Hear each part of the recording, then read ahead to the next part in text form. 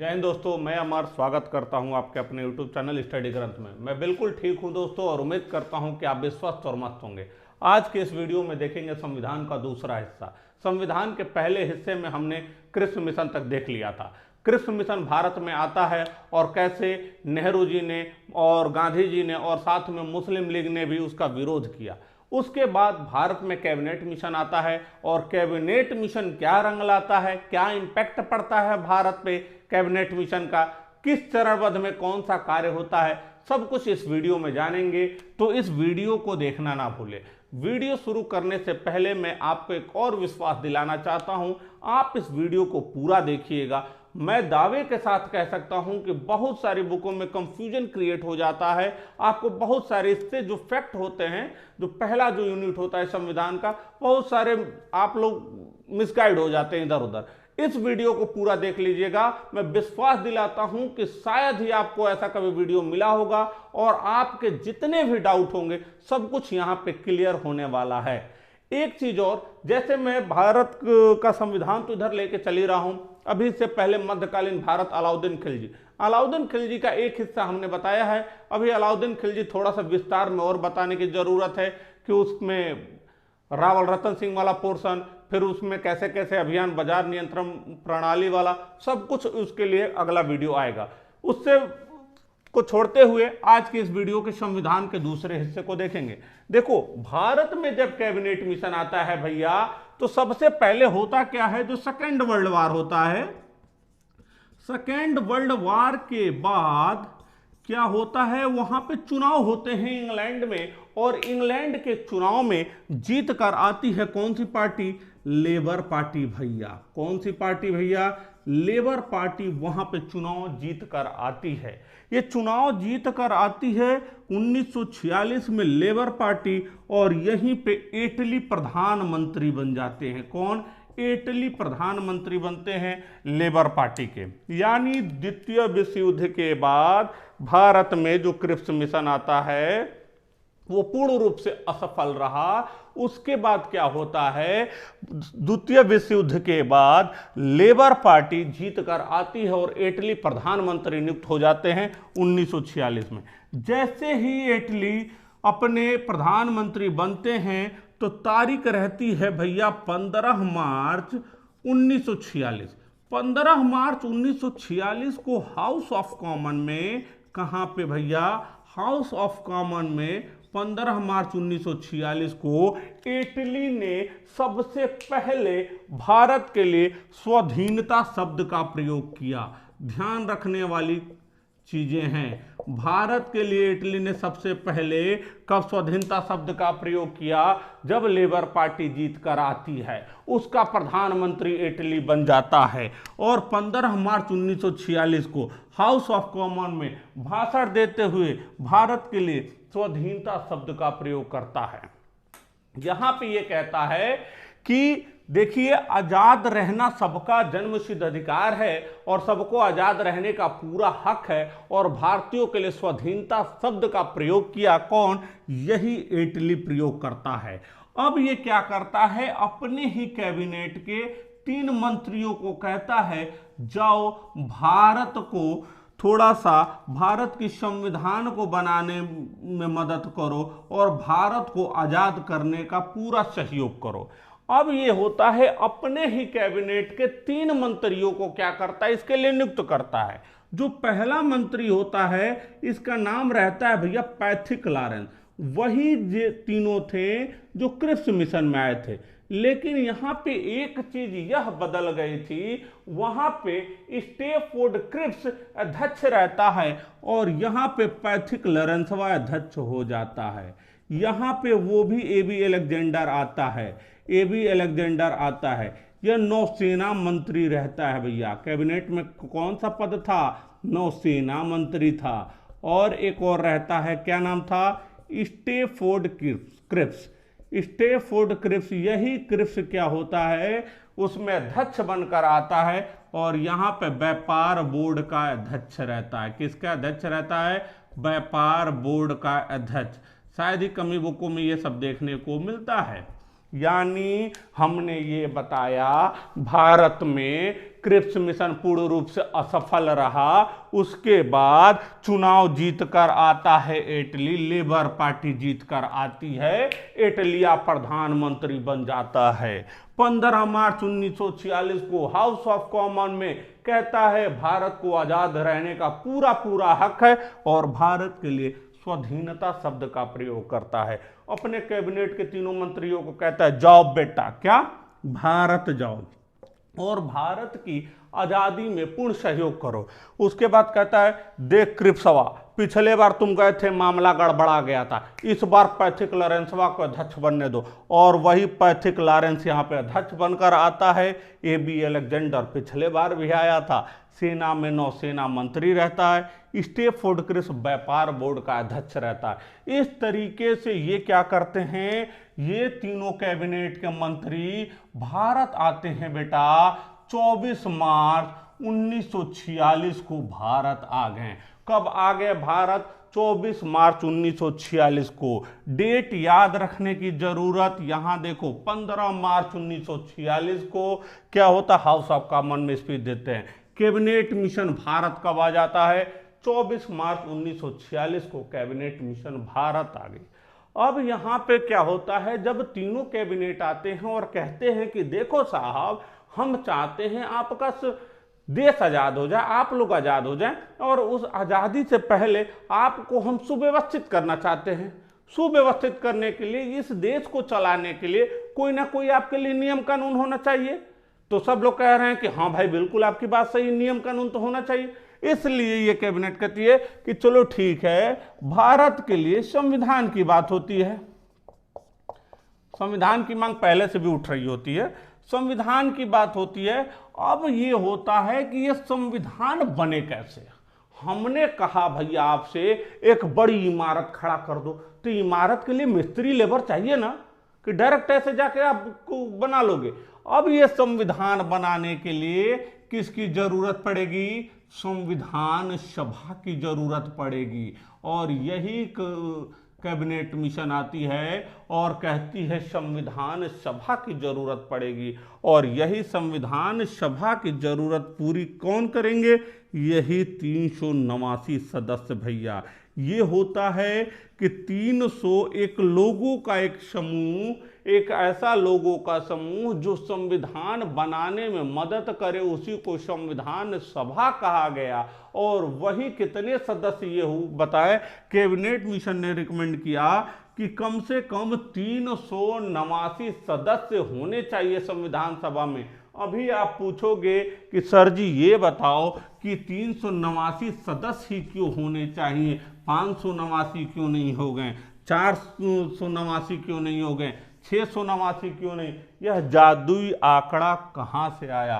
तो ये 389 सदस्य क्या होता है भैया, उस समय भारत के तत्कालीन समय जनसंख्या लगभग 40 करोड़ थी। कितनी थी? लगभग 40 करोड़ जनसंख्या उस समय थी। इसमें क्या होता है, एक सीट 10 लाख लोगों का प्रतिनिधित्व करती थी। कितने का? एक सीट 10 लाख लोगों का प्रतिनिधित्व करती थी। यानी एक सीट पे जो चुनाव जीतकर आएगा सदस्य, वो 10 लाख लोगों का प्रतिनिधित्व करेगा। तो उस समय की लगभग जनसंख्या कितनी थी? 40 करोड़ थी। इस तरीके से संविधान बनाने के लिए जरूरत पड़ती है संविधान सभा। संविधान सभा में कितने कुल सदस्य निर्धारित किए गए? 389। इस 389 को देखो भैया, 3 तरीके में बांटा जाता है। 292 ब्रिटिश प्रांत से। किस प्रांत से? ब्रिटिश प्रांत से 292 सदस्य, 4 चीफ कमिश्नरी से, 4 चीफ कमिश्नरी से, और यहीं पे 93 क्या होते हैं? देसी रियासतें से। मतलब ये 389 सीट किस प्रकार आएंगी कि 292 ब्रिटिश प्रांत से आएंगे, 4 चीफ कमिश्नरी क्षेत्र से आएंगे, और जो देसी राजा थे, देसी रियासतें थी, उनकी कितनी? 93 सीट निर्धारित की गई। अब यहाँ पे ये आप पूछोगे कि बताओ सर जी 4 चीफ कमिश्नरी क्षेत्र कौन कौन से थे? तो 4 चीफ कमिश्नरी क्षेत्र यहीं कर्नाटक कुर्ग वाला क्षेत्र था। दिल्ली था भैया, पहला कुर्ग हो गया, दूसरा दिल्ली हो गया, तीसरा राजस्थान में अजमेर मारवाड़ा हो गया। कौन हो गया? अजमेर मारवाड़ा हो गया।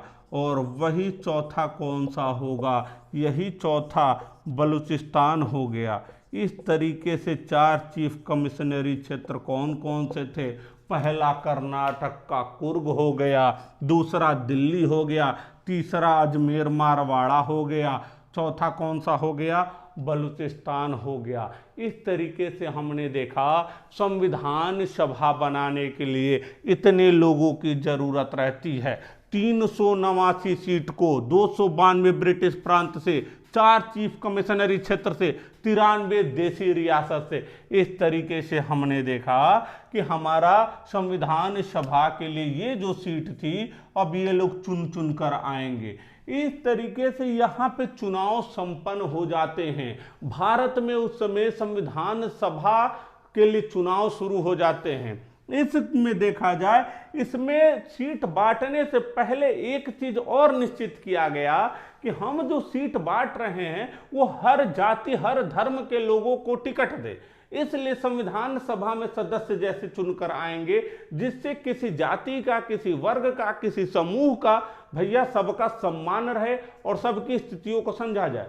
मान लीजिए मैं उत्तर प्रदेश का निवासी हूं, मुझे किसी तमिलनाडु का ग्राम प्रधान बना दो किसी गांव का। क्या मैं जानता हूं वहां पे कैसा परिवेश है, लोग को क्या खाना पसंद है, लोग का कैसे मतलब वहां के रीति रिवाज, वहां का ट्रेडिशन कैसे, सब कुछ मुझे नहीं पता है। तो भारत के प्रत्येक क्षेत्र से ये चुन कर आए संविधान सभा के सदस्य, ये बहुत जरूरी था। इसलिए जब इसमें देखा जाए तो 213 सामान्य,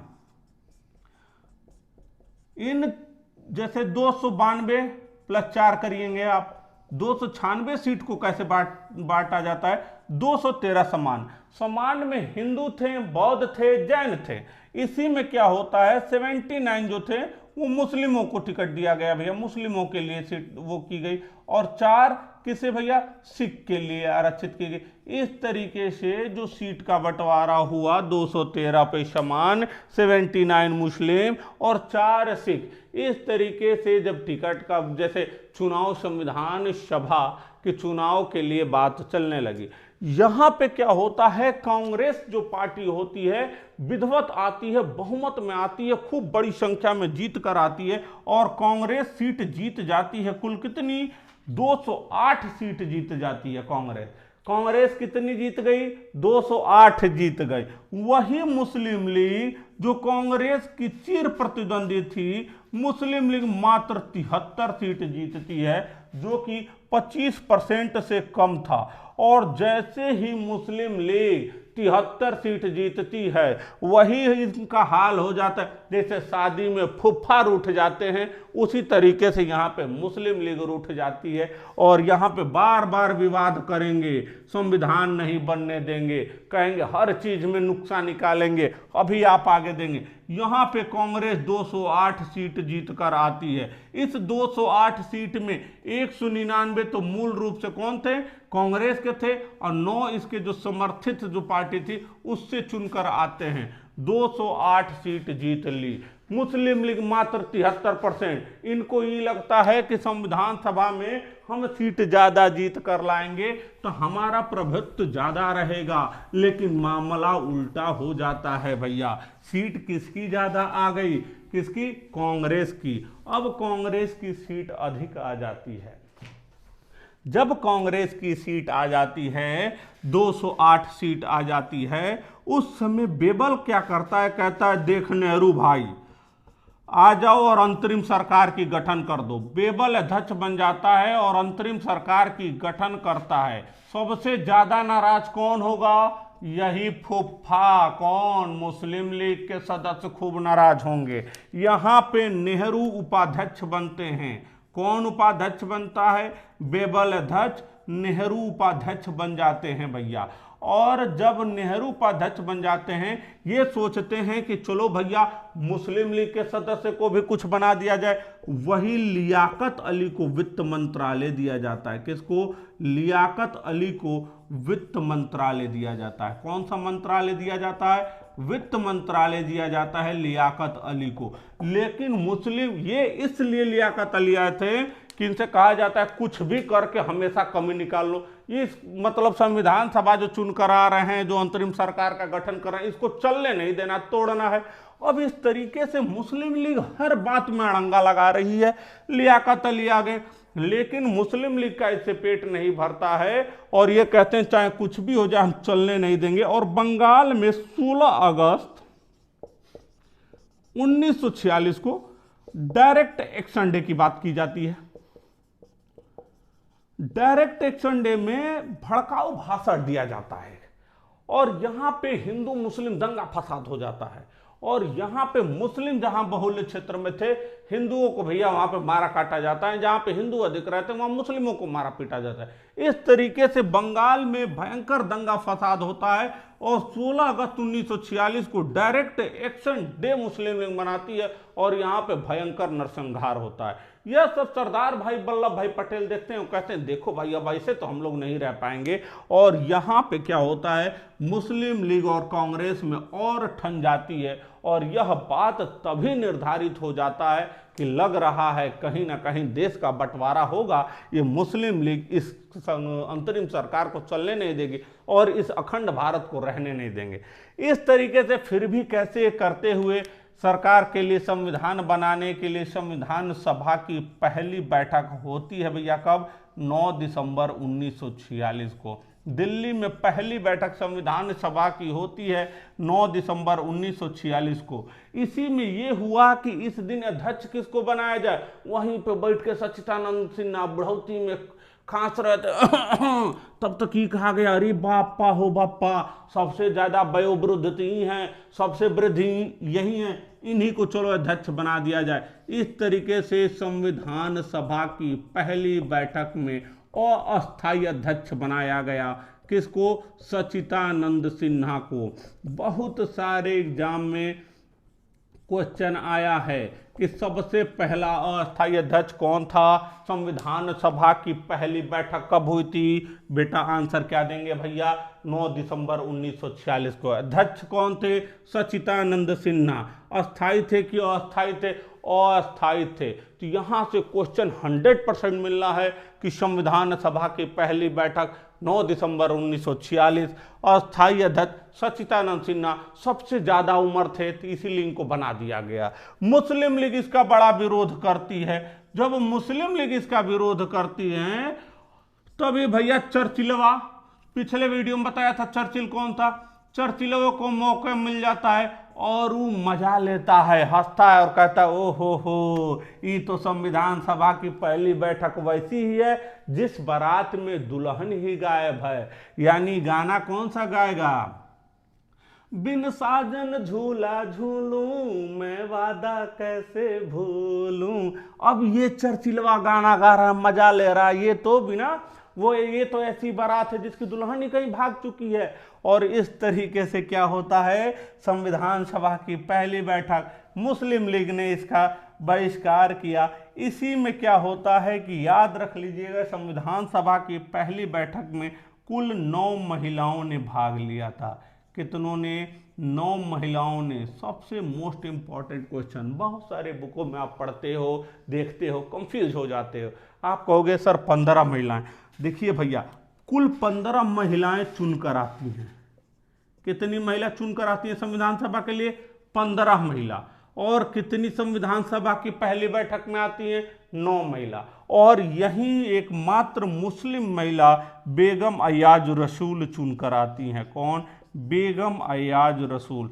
पूछा जाएगा संविधान सभा की मात्र एक महिला मुस्लिम जो चुनकर आती हैं, बेगम अयाज रसूल। कौन? बेगम अयाज रसूल चुनकर आती हैं। कौन? संविधान सभा की मात्र एक महिला मुस्लिम। इस तरीके से अभी तक हमने ये देखा भैया, क्रिप्स मिशन भारत में आता है, छोड़ दीजिए मार्कर, छोड़ दीजिए बोर्ड, कहानी की तरह। क्रिप्स मिशन 1942 में आया। सब वो कहते हैं कि भैया हमारे साथ द्वितीय विश्व युद्ध में भाग लो तो हम तुम्हारे संविधान बनाने में मदद करेंगे।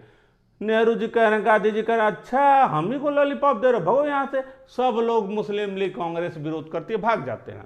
अब क्या होता है, कैबिनेट मिशन आती है, लेबर पार्टी जीत कर आती है, इटली प्रधानमंत्री बनते हैं। और इटली जैसे प्रधानमंत्री बनता है, ये क्या करता है, हाउस ऑफ कॉमन में 15 मार्च 1946 को भाषण देता है और कहता है कि हमारे, मैं स्वाधीनता शब्द का प्रयोग करता है और कहता है हमारे कैबिनेट के 3 मंत्री जाएंगे और भारत की संविधान बनाने में मदद करेंगे। तो वही 3 मंत्री जो पहले आए थे, लेकिन ये भी जहाँ पे स्टेफोर्ड क्रिप्स अध्यक्ष था उस समय, तो यहाँ पे बोलता है इटली कि देख पिछले बार गया था मामला गड़बड़ा गया था, इस बार चेंज करने दो। पैथिक लॉरेंस अध्यक्ष बनकर आता है, AB अलेक्जेंडर जो मंत्रालय में नौसेना मंत्री था, और स्टेफोर्ड क्रिप्स जो व्यापार बोर्ड का अध्यक्ष था। इस तरीके से आपने देखा ये 3 टीम 24 मार्च 1946 को भारत आती है। ये कहती है कि संविधान बनाने के लिए कम से कम एक संविधान सभा की जरूरत पड़ेगी, एक घर बनाने के लिए मिस्त्री लेबर की जरूरत पड़ेगी, वैसे ही संविधान सभा की जरूरत पड़ेगी। संविधान सभा में 389 सदस्य चुनकर आते हैं। कितने? 389। एक सीट 10 लाख लोगों का प्रतिनिधित्व करती थी। एग्जाम में क्वेश्चन आएगा, एक सीट कितने लाख लोगों का प्रतिनिधित्व करती थी? 10 लाख लोगों। उस समय भारत की लगभग जनता 40 करोड़ थी। 389 सीट को 292 सीट ब्रिटिश प्रांत में भैया, 4 सीट चीफ कमिश्नरी को, और देसी रियासत 93 सीट। अब 4 में चीफ कमिश्नरी में कुर्ग कर्नाटक वाला हो गया, दिल्ली हो गया भैया, बलूचिस्तान हो गया भैया, और आपका अजमेर मारवाड़ा हो गया। इस तरीके से चुनाव होते हैं। कांग्रेस सर्वाधिक सीट जीत जाती है, मुस्लिम लीग को थोड़ी सी सीट मिलती है। तो मुस्लिम लीग का हाल वही हो जाता है जैसे शादी में फुफ्फा रूठ जाते हैं, वैसे यहाँ पे अंतरिम सरकार में मुस्लिम लीग रूठ जाती है। कांग्रेस ज्यादा सीट जीत कर आती है। बेबल कहता है नेहरू जी आप आओ और अंतरिम सरकार की गठन करो, और यहाँ पे अध्यक्ष रहता है बेबल, उपाध्यक्ष रहते हैं नेहरू, और लियाकत अली वित्त मंत्रालय। लेकिन मुस्लिम लीग संतुष्ट नहीं रहती है, तो चाहती है कैसे भी कांग्रेस को तोड़ना, और ये जो संविधान सभा की जो बात हो रही है उसको हर तरीके से तोड़ने की बात चाहती है मुस्लिम लीग। और यहाँ पे बंगाल में 16 अगस्त 1946 को डायरेक्ट एक्शन डे मनाया जाता है, जहाँ पे भयंकर दंगा फसाद होता है और लोगों की मृत्यु होती है। जहाँ पे वल्लभ भाई पटेल कहते हैं दुख भरे शब्दों में कि अब भारत और पाकिस्तान लग रहा है बन जाएगा, अब 2 देशों का बंटवारा हो जाएगा, हम एक साथ नहीं रह सकते, मुस्लिम लीग नहीं चाहती है। एग्जाम में क्वेश्चन ये आएगा, डायरेक्ट एक्शन डे कब मनाया गया? 16 अगस्त 1946। संविधान सभा की पहली बैठक कब हुई? 9 दिसंबर 1946 को। इसमें 9 महिलाओं ने भाग लिया, जबकि कुल महिलाएं 15 महिला चुनकर आती हैं। मात्र एक महिला मुस्लिम सदस्य बेगम अयाज रसूल, इसके अस्थायी अध्यक्ष सबसे वृद्ध थे सच्चिदानंद सिन्हा चुनकर आते हैं, उनको अस्थायी अध्यक्ष बना दिया था। चर्चिलवा ने मजा लिया, ओहो ये तो लग रहा है कि दुल्हन भाग चुकी है बारात से। क्यों? मुस्लिम लीग ने बहिष्कार किया, ये तो यही चाहता था। अब आगे के इस वीडियो में अगर यह वीडियो अच्छा लगा हो तो प्लीज 3 लाइन आप जानते हैं, लाइक शेयर और सब्सक्राइब करिए, मेहनत बहुत लगता है दोस्तों। अगर यह वीडियो आपको अच्छा लग रहा हो, कुछ सीखने को मिल रहा हो, तो बिल्कुल कमेंट करिएगा। मैं अगला वीडियो तुरंत कल ही मैं आपको इससे रिलेटेड प्रोवाइड करूंगा। और तीसरे पार्ट में हमारा जो पहला यूनिट है संविधान का, बहुत डिटेल में डीपली तरीके से समाप्त होगा। उसके बाद प्रस्तावना देखेंगे, सबको देखें। तब तक के लिए जय हिंद, जय भारत।